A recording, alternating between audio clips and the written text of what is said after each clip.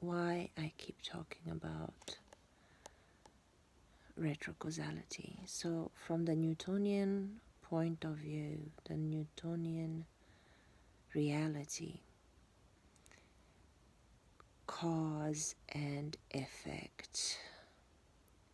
If you still believe in cause and effect, you put an and there. So there is a cause and that produces the effect. Therefore you will believe in karma. You will believe in this happens and then this something else will happen because of it. That's the Newtonian mind. That's overtaken by the quantum mind. But the Newtonian mind also implies the cause now, effect later, so the timeline is still left to right. That then was a little bit contradicted by the quantum reality thinking. You cause the effect, so cause the effect, not cause and effect. Yeah? So if you believe, if you live in the quantum reality, you think fake it till you make it. If I focus strong enough, if I blah blah blah, I will make my reality. So it's cause the effect, not cause and effect. So you see some hand, you imagine yourself to have some hand in it. Then there is the retro cause. So the effect, this reality, the effect, it's asking for a cause. This is so interesting because it literally eliminates things like guilt. Whatever effect is happening, you have the assurance that it created the environment for it to happen. So, yes, it puts you in the participant role, but the expansion and the implications of looking at things retrocausally are so huge. And it's really pressing me to do a full-on example how with the retrocausality view there can't possibly be karma because there can't possibly be guilt, because you can't possibly sit and say, well, look what happened. If you wouldn't have done that, that wouldn't have happened. So it goes so much further, and only from the space of non-guilt can you identify a God to the effect, and therefore a happy-go-lucky you participating in the causing of it. It takes so much pressure off.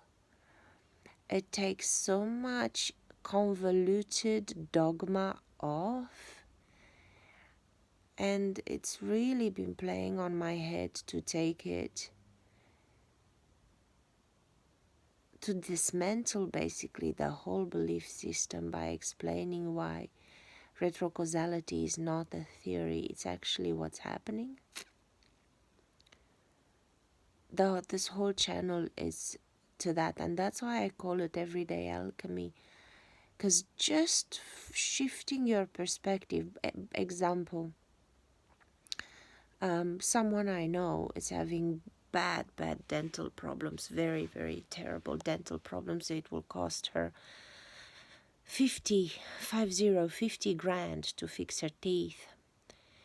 Now just look at it from there are all sorts of wrong with that. I could see all sorts of wrong with it. And from the left to right perspective, either Newtonian or quantum, well, it's so cruel and so terrible to look at it like that, because she is living now in a world of guilt. From these two perspectives, whether quantum or from Newtonian, is, well, you didn't brush your teeth, you didn't look after. Why didn't you do that? Why didn't you go weekly to the dentist? Why didn't you go monthly to the dentist? Why you?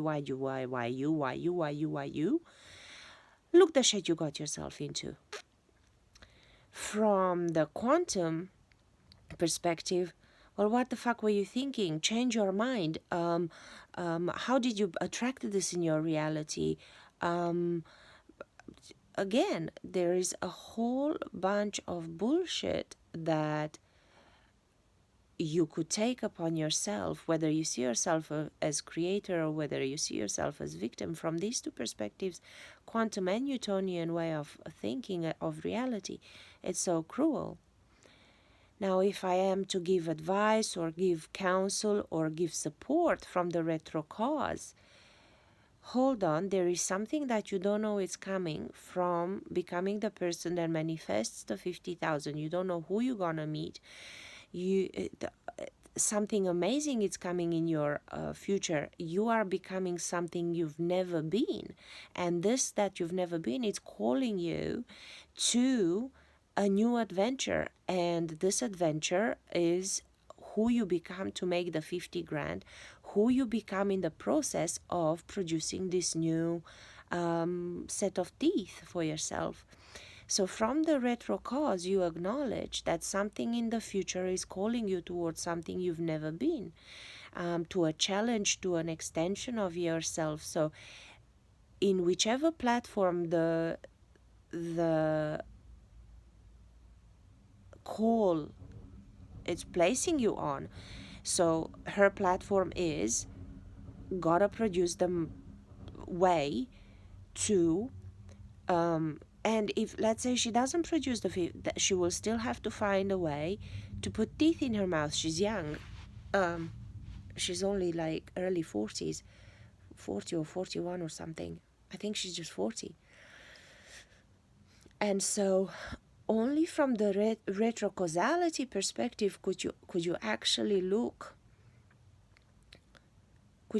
practice kindness, true kindness, not political correctness or fake kindness, while in the back of your mind you think, depending on your thinking, oh, the fucking idiot didn't brush her teeth properly, or oh, the fucking idiot, look how she created this.